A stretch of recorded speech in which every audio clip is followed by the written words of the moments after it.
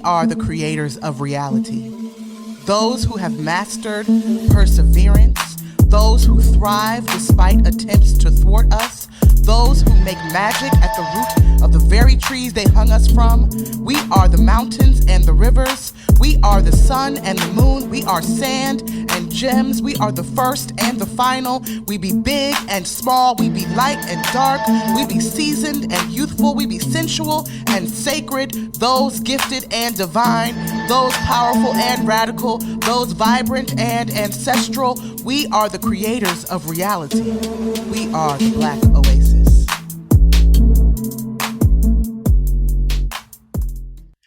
Welcome, welcome, welcome to the Black Oasis podcast.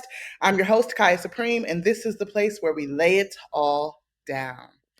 Today's guest, as you can see, is stunning. But if you look behind her, you're going to see that wall of certification. Yes, ladies, gentlemen, non-gender conforming friends, we have among us the doctor. The doctor, okay? We have one of them, okay. My introductions can be a little elaborate, but you're worth it. Because when I first encountered you, because we didn't meet in person, we met virtually at first, but your clarity about who you were was the first thing that I picked up on. And I was just like, this person is confident, fierce, comfortable with themselves, always willing to help and advise others, so nurturing, hilarious, a vibe, and then on top of that, a genius. Like, you got the nerve to be brilliant. Come on. Well, thank you. I appreciate that. You are stunning. You are ebullient. That's one of my favorite words. You are so charismatic and divine, and it is so wonderful, such an honor to have the Dr. J. You thought you knew, but you didn't know. We got Dr. J in the house, y'all. Hello, hello, hello. So wonderful to be amongst this august body. Yes, August body. Illustrious body. I just saw a post that was like, so y'all gonna be showing off them homebodies this summer. Sure will. And will. And will. But please, I can't say bad words on here, can I? Let's try not to. Okay, I won't say bad. Okay. Let's try not to. Okay, because the two words I was gonna say they rhyme, but I'll wait till later. I mean, if the spirit moves you, be free. Okay. But please just tell the viewers who you be, a little bit about you, a little background. Sure. Well, my name is Jasmine Agnew. I was born in rural Mississippi, Baldwin, Mississippi, population 3,500. My last name is Agnew. The funeral home in town is Agnew and Sons. The pastor of the largest church in town was pastored by Agnew. The police chief is Agnew. And my daddy, of course, is Agnew. There were 4 Agnew brothers and an Agnew sister, and 4 Davis sisters and a Davis brother. They all married. So I'm double kin to everybody involved in Mississippi. Let you know I'm from the country. I'm a country girl for real. Educated in Mississippi at Itawamba Community College. Left there, went to the University of Alabama, Birmingham. Then went to got my master's at University of Tennessee. Then went to seminary and got a degree in practical theology from Regent School of Divinity, and then got my doctorate in health professions education. So I'm very active on the ecumenical side because I still teach the people in the church, especially the young people that think they want to get into ministry, and I want to tell them, welcome to death row. But yeah, so I teach them, and then I teach people in healthcare education. Have been active in a lot of the social activities and organizations in the community, written 3 books, done a podcast. I've done a couple things. A lot of little entrepreneurial things going Just on. A few little entrepreneurial things. I do own a business. Agnew, Davis, and Sedale. Agnew is my name. Davis is my paternal grandmother's maiden name, and Sadell is my maternal grandmother's maiden name. My paternal grandmother said, "Baby, you can be anything that you want to be, um, and I believe in you, and I pray for you." And then my maternal grandmother said, "You done fooled around here and got a baby. You done embarrassed our whole family. You ain't gonna do nothing." So I just wanted to prove both of them, one of them right and the other one wrong. So that's why I named Mhm. my business after them. Yeah. Okay. Listen, because So inspiration can come in all forms and fashions, all okay? forms, all Listen. forms. It was like that day when she said it. I was like, "I'm." Let me show you. We'll prove you wrong. And I Right. think, and I thank the Most High every day that I was able to. So yeah, great And that's the experience. thing, you just slid that in there. I was interviewing another sister. This idea, I'm just stuck on this beautiful thing of women, mothers who are defying the stigmas that come along with having a child and literally bossing up in whatever industry they might be in. You know what I mean? So Right. like, why don't you just kind of talk to us about that path, that journey, that story? Because your son looked just like you, but I know, full of right? testosterone, Copy like you told us paste. before. God. For real. Um. Well, my story is this. I grew up, like I said, in Baldwin, Mississippi. The industry there was textiles and meat processing. But my mother had a doctorate. She taught at the college. My dad was a pastor. He worked at the church. He did do some work in some of the factories, but in most of them he was like a foreman or something. So that in itself, I really was among that group that wasn't black enough for the black Mm, girls. mhm, Didn't really have a lot of friends. mhm. But what my friends did not know is that I love them dope boys. So I used to skip tennis practice and go holler at the dope boy. And that's how I ended up with my son. And so really, my actions kind of changed the narrative Mhm. because my initial plan was that after I got out of school, don't judge me. I got out of school, I was going to go down to Mississippi State and I was going to major in agribusiness with a minor in animal husbandry. And I was going to go to law school so that I could be an attorney and represent black farmers in Mississippi. And of course, my days skipping tennis practice to go see this light skinned man kind of changed things. Um, but it was almost as if, of course, with the words of my grandmother that said, "Oh my God, you've embarrassed his family."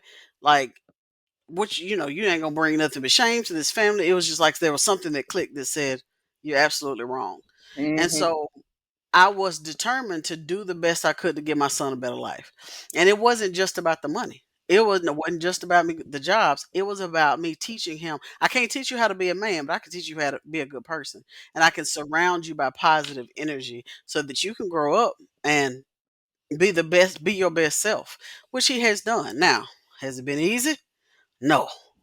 Cause that child, we talking police chases, sex tapes, fight Ma'am.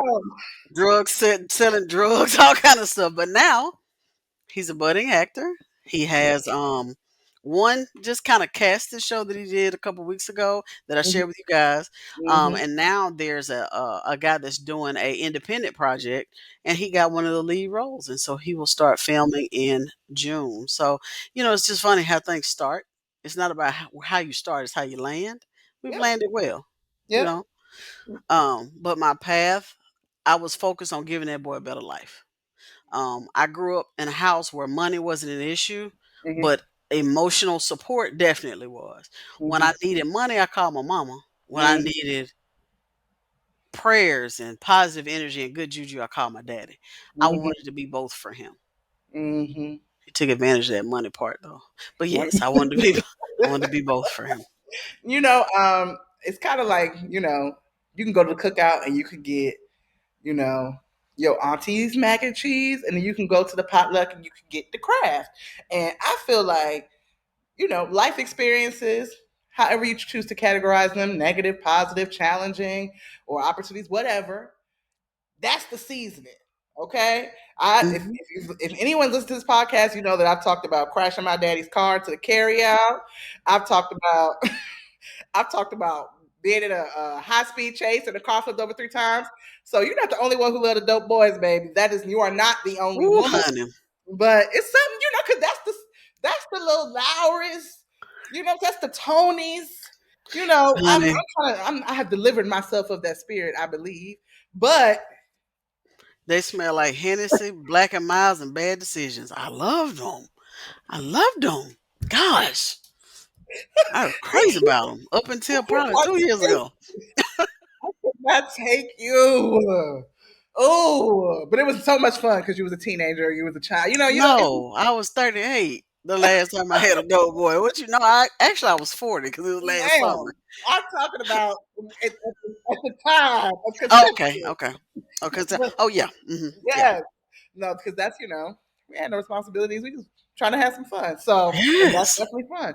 But Mm-hmm. to God be the glory To God be the that we are glory. well Yes. and whole and happy. Right. So, It wasn't nothing for Saturday. We played Tila. Sure enough, that was my theme song, and then sang "I'll Fly Away" on Sunday. For and sure. so you live in Alabama now. You know my family's from Alabama, Mm-hmm. and would you ever consider moving to the north? No. Why not? North America where it's cold. No, I worked up in Wisconsin for about 10 minutes. Mm-hmm. Uh-uh. Mm-mm. It's cold up there, It is and cold up there's a lack of diversity. I ain't going up there. there. Okay, in Wisconsin, yeah, absolutely Yeah. dairy. You know. Illinois, I went to school in St. Louis. St. Louis was okay, but no, I'm a Southern girl. I'm a country girl. I don't care how many plaques on this wall. When I go home, I go and put on my mud boots and track that 8 acres of land that I own in the South. So no, I ain't going Yeah. up there. So you currently work in higher education, Mm-hmm. and you are a health informatics whiz, Mm, and so you know working at MSN was like my first little like taste of like in-depth healthcare world. I'm a creative. You know, this is not my bag, yes. but now I see the Yes. bag, and I'm Hmm. like, how did you find out about this? And what got you to this place academically? Like, I mean, I know you're just gifted, but um, you also work. You're really consistent and disciplined. But just tell us how you kind of got into that field. Okay, so for when I finished high school, and of course I was pregnant, went into health information management. Health information management is the non-facing patient part of healthcare. That means I can work with your records, I can work with all the technical systems, but I don't have to deal with you. I can deal with your money and your documentation. Um, I finished that degree, got my certification, and worked for many years, working not only in like the financial part, but also in the system development part. Um, I didn't think that I was going to go back to school until my mentor, she's my mentor now, but at the time I interviewed with her, I knew I had that job. She told me no, and I said, "Why would you tell me no?" She said, "You need to go back to school." Oh, okay. I went on. I had another interview with another lady that is now one of my mentors and very dear friends. Interviewed for this job. She told me no. Why you tell me no? Because you need to go back to school. Okay. So when my son went to kindergarten, I went back to school. Finished my undergrad. I finished my undergrad in that May. And that August, I started my graduate program. I finished that graduate program the next December. When I finished that January, I went back to seminary. Education can change your trajectory. I knew that personally. I was still working in the industry, and I saw people that I was training. I was in training in curriculum development for EHR implementation. I saw people that were already out of school or either didn't go to school, but they had on the job training that were learning new processes to be functional in their department. It was like it woke up a love for me for people that were just like me, and I knew that I needed to be in education to reach them. There are some other women who were going through similar situations. It might not have been a dope dealer, but it might have been your boyfriend or Hmm. whoever you're dealing with.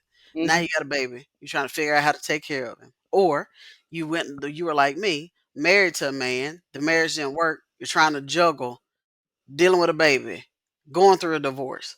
Then, there was so many groups that I could identify with, but there was one thing that was consistent. I always could find people in each group that needed someone to mentor them and help them to and encourage them to go get their education. So that was what kind of got me into higher education. I started out part-time at a university. And ended up moving into a full-time position and staying at the university for 7 years. And one of the key things that I did, I reached out to people that looked like me or people that were in the underserved communities, vulnerable communities, single mamas, you know, people that had been on drugs that were in rehab, people that had lost their job, people who wanted to leave the textile or the factories and go into healthcare. I wanted to be an inspiration to every one of them. I did that on associate degree level, bachelor's degree level, and now master's degree level. So I got here because that desire to be a program director transformed into me wanting to help people that look like me and Hmm. wanted to be able to serve the underserved and to tell them, hey, we can diversify this workforce. We just have to be prepared, and we have to be more prepared than other people, if you know what I mean.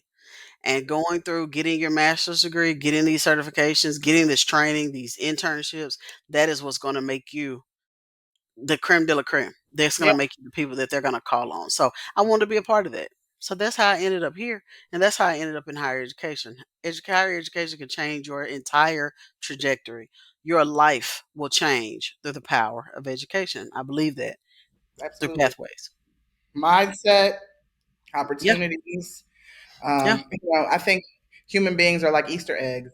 Whatever color, whatever environment you sit that egg in, it's going to take on the Hmm. colors of the environment. And it has definitely changed my life. Yeah. So kudos to you. Kudos Yeah. to you. So how Because do I you could have manage? stayed, like my grandmama said, I could have stayed in Baldwin, Mississippi and worked there at McDonald's. Nothing wrong with working at McDonald's, but education was important for me. Yeah, absolutely. Absolutely. And how do you manage self-care in the throes of the millions of things that you do as I a have high learned. woman? I have learned how to say no, even when I really want to say yes. I've learned how to put that phone on Do Not Disturb and Hmm. just take care of me. Hmm. There was a long time where I had a very high level, top level understanding of what self care was. Hey, I can go get my feet done, go get my nails done, get a massage, I'll be fine.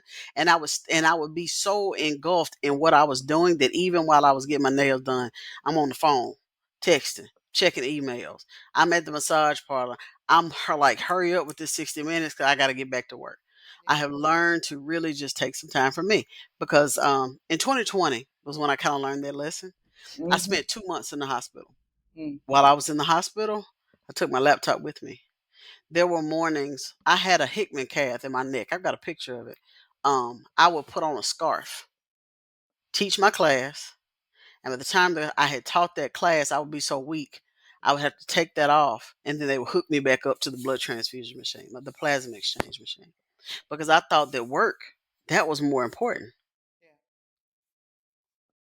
But they Yeah. kept going. Me being sick didn't matter. Yeah. you know, hey, we hope you feel better.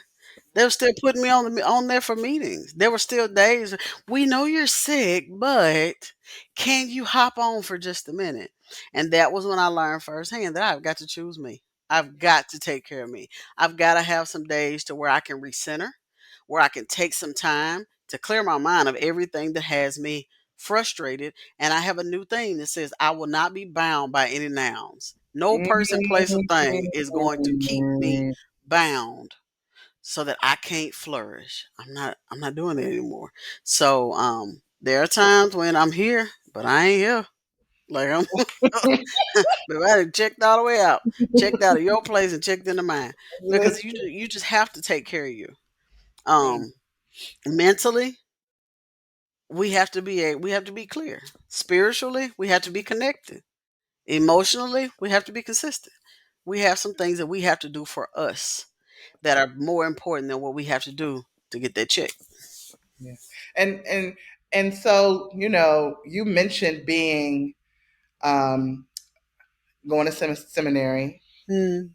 and being in a pool pit. Hmm. For how And many?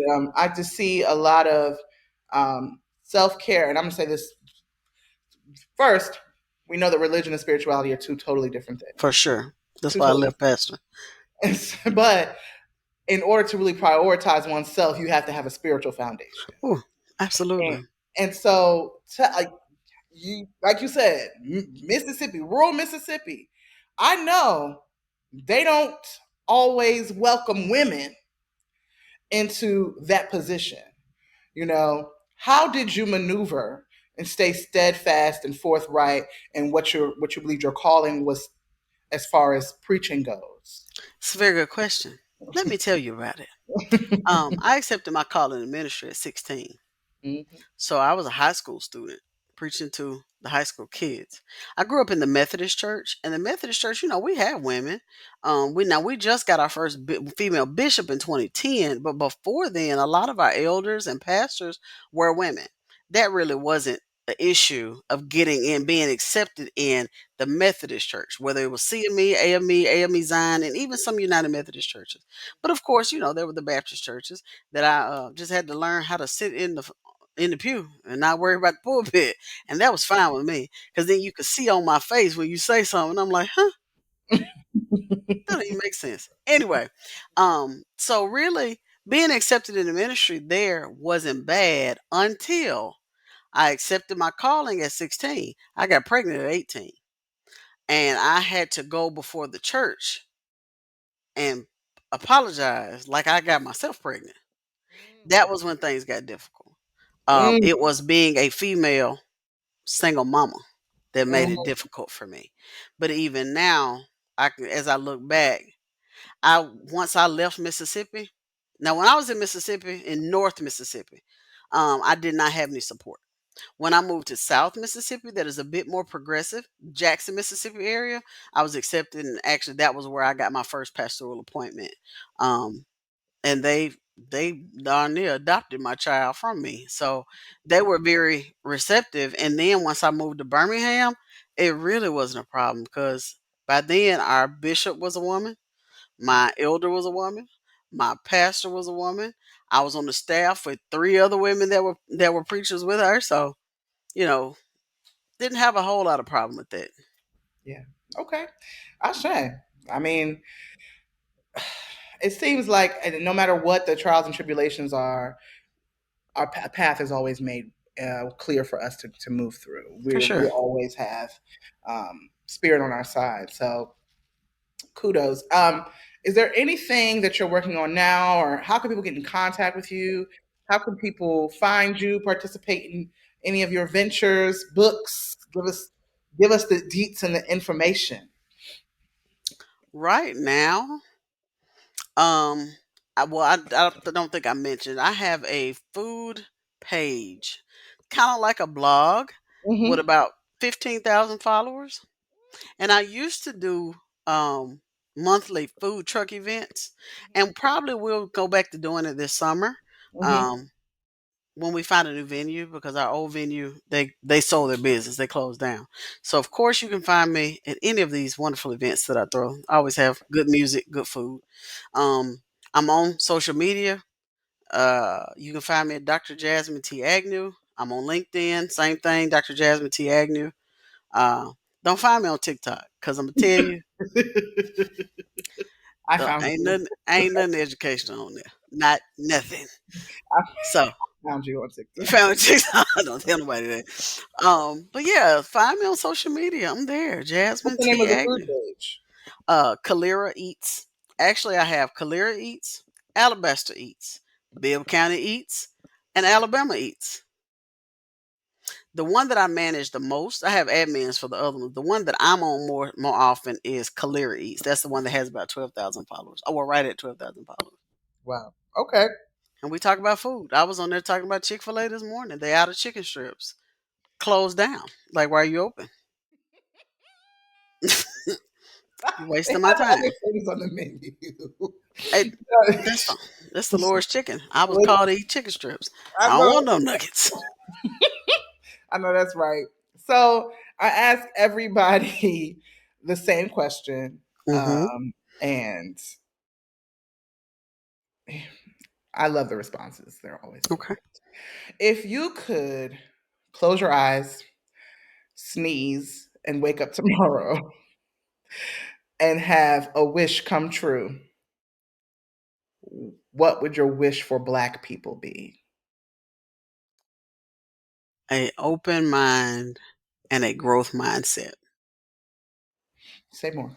We gotta wanna do more and do better, see more, not only for ourselves but for others, and not look at everything that happens as a challenge, but look at it as an opportunity to grow. Hmm.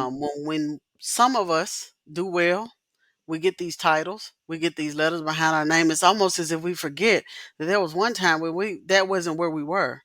So instead of taking that as an opportunity for you to flex, why don't you take that as an opportunity to help somebody else to get to where they need to be?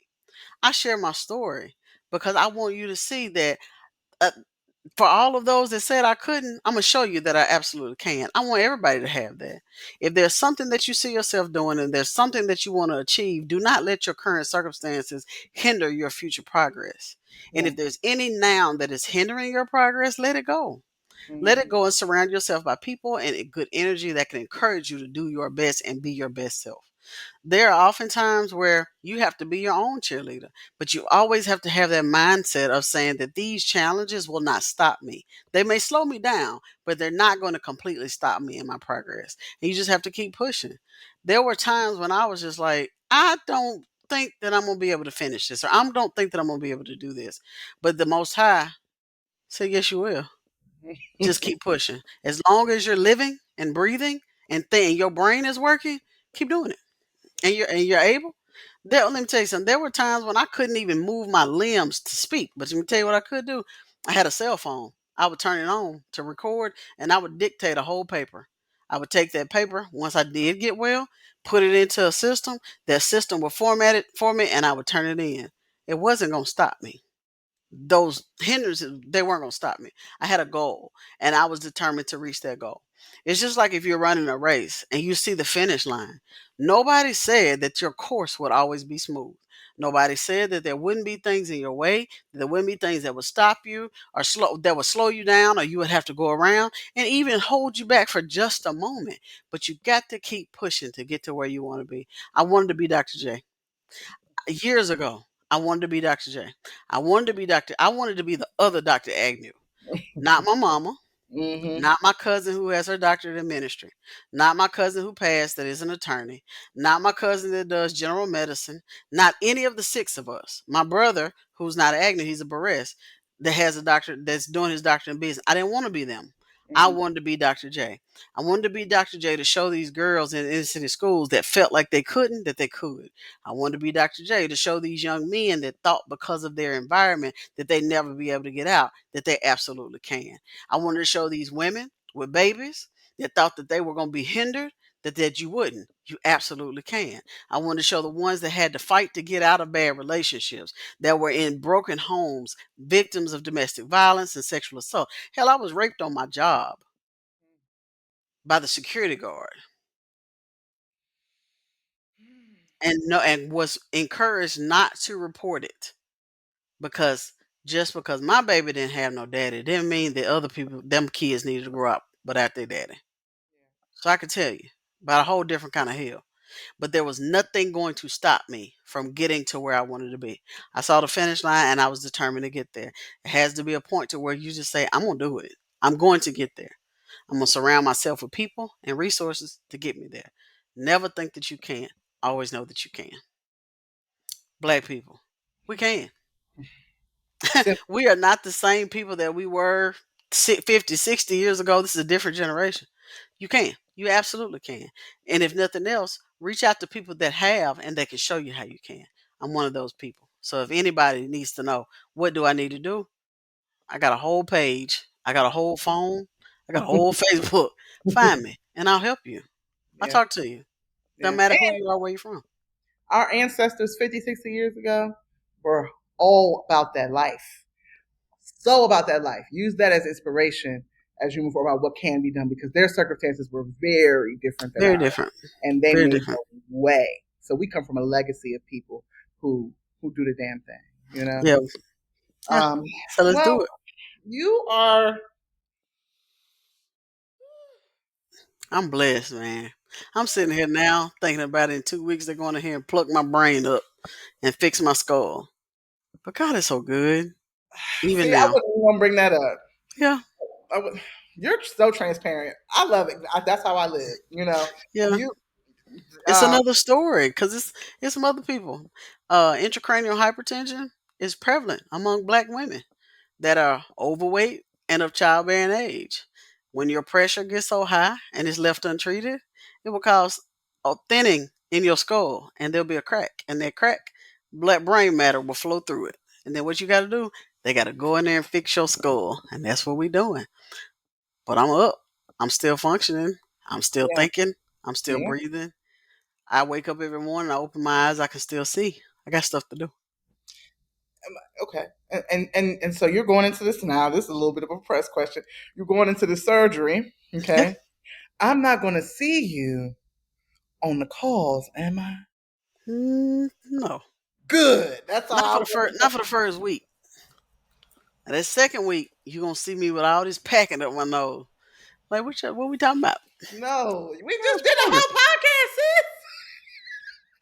sis. No, I probably won't. I probably won't be back. No, Good, good, I'll good, be good, out for a while. good. I mean, I'm still coming up there, so I have to love on you and hug on you. But Yes, come see about me. thank you so much for being on here. You're very welcome. You are a gem.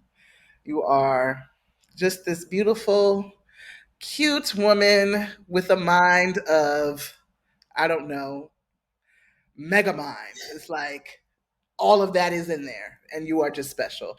And Well, yes, I thank you. say cute because it's I like don't look. I don't look 41. you don't. First of all, rarely do black people look their age, but you don't look no 41.